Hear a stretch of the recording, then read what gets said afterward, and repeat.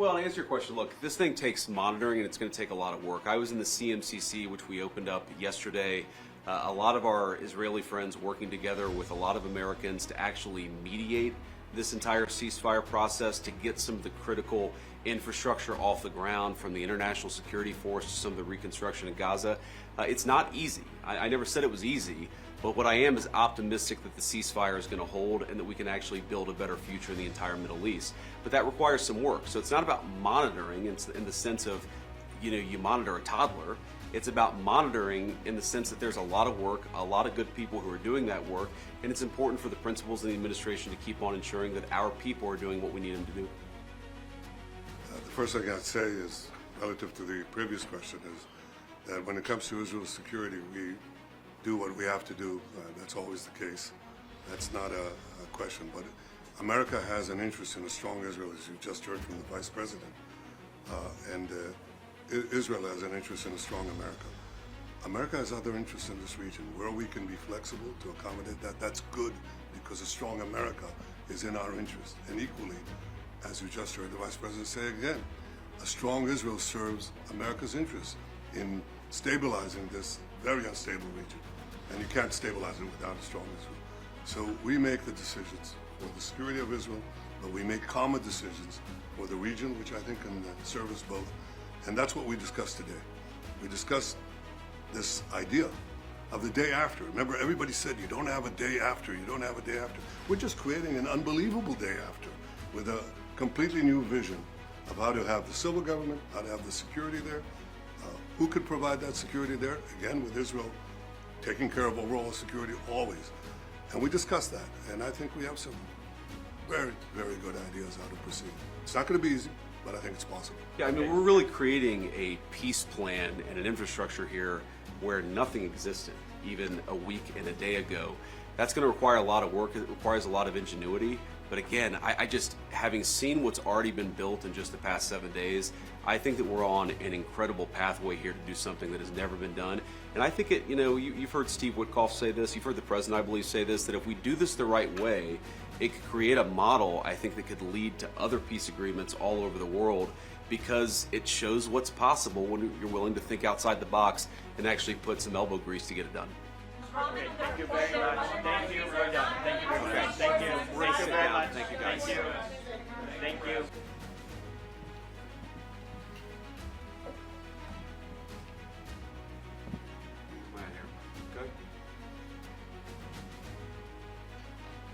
Good morning. A few days ago, we had our historic visit by President Trump that will be etched in the annals of our nation's history. We're fortunate today to have a visit by Vice President JD Vance. And I want to tell you a few things about that. First, in the last year, we've had an unmatched alliance and partnership with the United States. That is changing the Middle East, and it's also changing the world. It creates opportunities not only for security, but for the expansion of peace, which we're working on very, very diligently. And it's just unmatched. I've been here a few years. I've been through several administrations. I welcome the partnership and the assistance we've had. But there's never been anything like that. And President Trump said that. It's like a partnership. It's never happened before. Well, that includes a close circle, both on our side and on the American side. And President Trump knows who he picks for that circle. One of the members, to put it mildly, is the Vice President. We've had the opportunity to make decisions jointly in a very tight-knit and trusting partnership. And I was impressed. I was impressed with your clarity, with your incisiveness, with your solidarity for our common cause, and just a genuine friendship that I saw both in our conference meetings, but also in our private meetings. And it's in that spirit that I very much welcome you to Jerusalem in these days of destiny. We're changing the face of the Middle East. And I have to say, I was going to say, bring your family next year in Jerusalem, but welcome this year in Jerusalem, our great friend JD Vance. Thank you. Thank you, Mr. Prime Minister, and thanks to your entire team for your hospitality and for having us.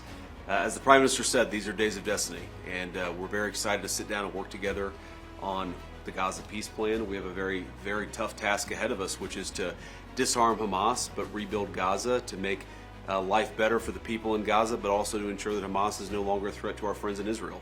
That's not easy.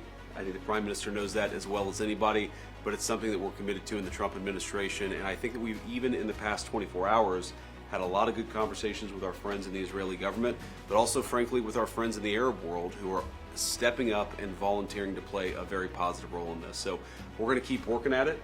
I didn't know what to expect, honestly. I know the President was here a week ago to welcome the hostages home and actually sign the deal a week into it. There's a lot of work to do, but I feel very optimistic about where we are. So thank you for the partnership. Thanks for your willingness to continue to work on this, and I think we're going to do great things here.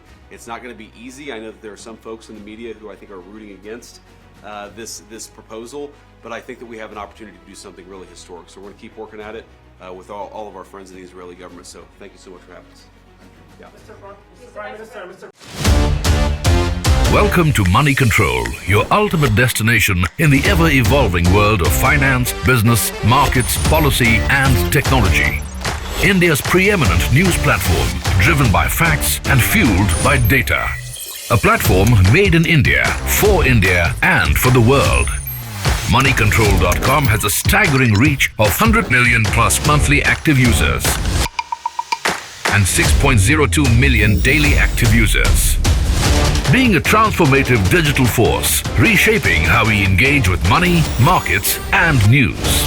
Setting us apart is our commitment to delivering accurate information and empowering financial decision-making in a dynamic ecosystem.